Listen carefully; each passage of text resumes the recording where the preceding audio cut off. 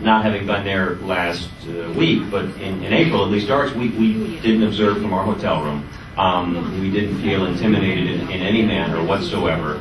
A number of us, I've observed, from the commission we sent 2 people. There was obviously a lot of observers at both elections.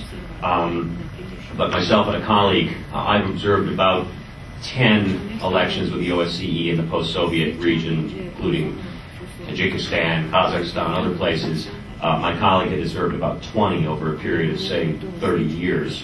So, not being really new to this, we did get out of the hotel room, as did most of our colleagues on the delegation. I don't know of anyone who observed in a hotel room. I visited about 15 polling stations spanning from Chisinau all the way up to Soroka.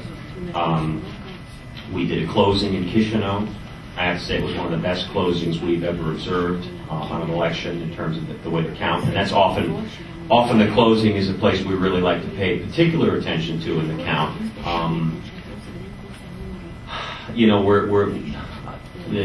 The one thing I noticed, it was a little, some of the polling precincts above Soroka were a little bit lively.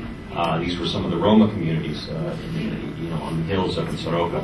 And there were a lot of people there, and there was some confusion about how you use the mobile ballot boxes and things like that. But we didn't see any deliberate, anything that looked like deliberate fraud or ballot box stuffing or, I also might note that the seals, the ballot box seals we saw were the best I've seen anywhere. Often you see these seals that are like some scotch tape over a box and easily manipulated.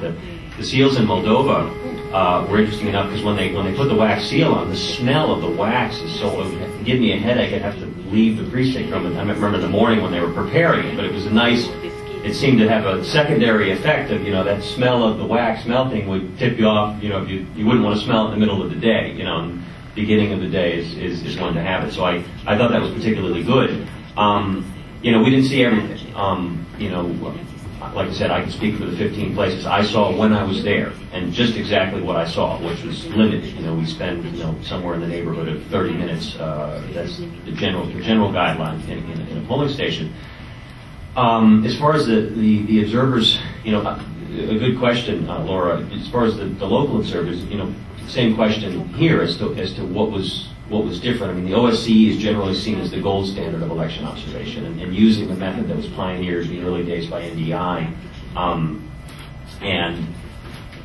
not sure what methodology the local observation groups were using. Perhaps someone knows, because the OSCE has a specific protocol, using statisticians, using specific forms that are, to try to impose a certain sort of scientific method on something that isn't quite scientific.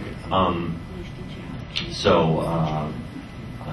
just, did want to speak for my colleagues at, the OSCE PA that none of us were observing from hotel rooms, and spanned out over the whole country. And the number of observers, 3,000 in this last poll in a small country like Moldova is amazing. I'm thinking of, I think it was a year or so ago at the Russian elections when OSCE decided not to go. Russia was proposing something, there was some haggling, and eventually I think they got to say 50.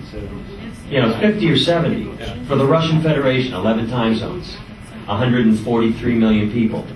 To have 3,000 international observers in a small country like Moldova, with the ability to access any polling place at any time without warning, military, hospital, prison, anything, with the credentials, is pretty significant. That's pretty good observation as far as election observations go. Again, not everything is seen. That is just the day, understanding that a lot of election day happens before election day, and also some of it happens after election day.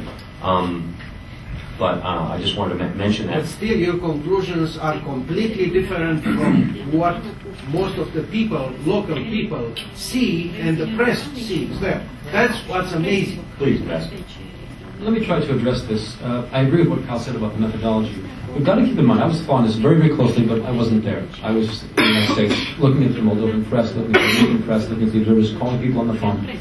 And what happens is when you see in the press, say, written about someone who's registered 52 times, or you see a bus full of students being stopped, or you see Mr. Filat alleging that in his house were registered two other people in his very house who were dead souls, unverified. He just said that.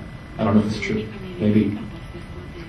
It gives you an impression of real problems, which the OSCE methodology, taking into account the entire country, all over the 33 regions, tries to average out. So you can have things that look like serious problems, but the total picture can be less detrimental. And so that's why I think you see this discrepancy between the local observers and the international observers. But I'd love to hear our colleague's view on this, because I'm sure she has something very important to say. I just want to also add one other question to the mix, since it was Ms. Gogi, you mentioned it, and it was so much in the press. What role did the new media play in this election?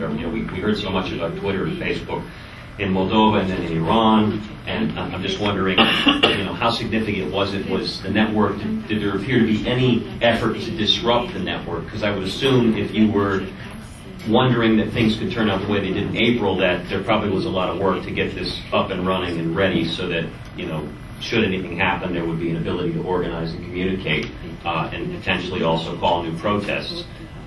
Was that much of a role? I'm just throwing that into the mix. So. Well, after the elections on April 5, it is true, especially after the violent protest, that a series of web portals from Moldova were blocked, and people from abroad couldn't access these web pages. And also some, for instance, the internet TV station, Journal TV, couldn't be accessed, and Unimedia.md couldn't. Also, Moldova As.md, which is an IGC program, was blocked. But during the last campaign, no such cases were registered, and even though I personally was told that during the election day, the Communist Party representatives did call their local offices to be prepared just in case the protest will take place. So it was on election day. I hadn't heard anything about preparations and about protests on July 3rd. So I can't say anything about this. I'd say that the preliminary OSCE report actually does include some positive aspects, but also shortcomings. And they also do mention dozens of cases when the local authorities did interfere in the campaign, the police did intimidate people, and they also mentioned several cases when the Communist Party made the public servants, the people who are employed in hospitals, to attend their meetings with voters, and they were made to watch a movie called Attack on Moldova, which was produced by a journalist and which presents only the viewpoint, only the perspective of the Communist Party. In this movie, all opposition leaders are blamed for what happened in April. So people, voters across Moldova, were made to watch this movie. And it was broadcast several times by the TV stations with nationwide coverage, including the public TV station. Our colleagues from the Coalition 2009, they started observing the electoral process from the very beginning of the campaign.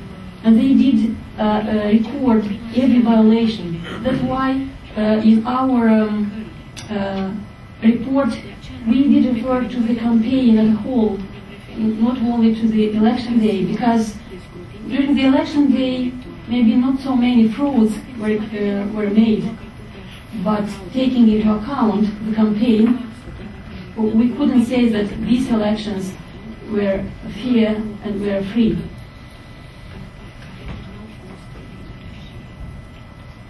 Do we we have some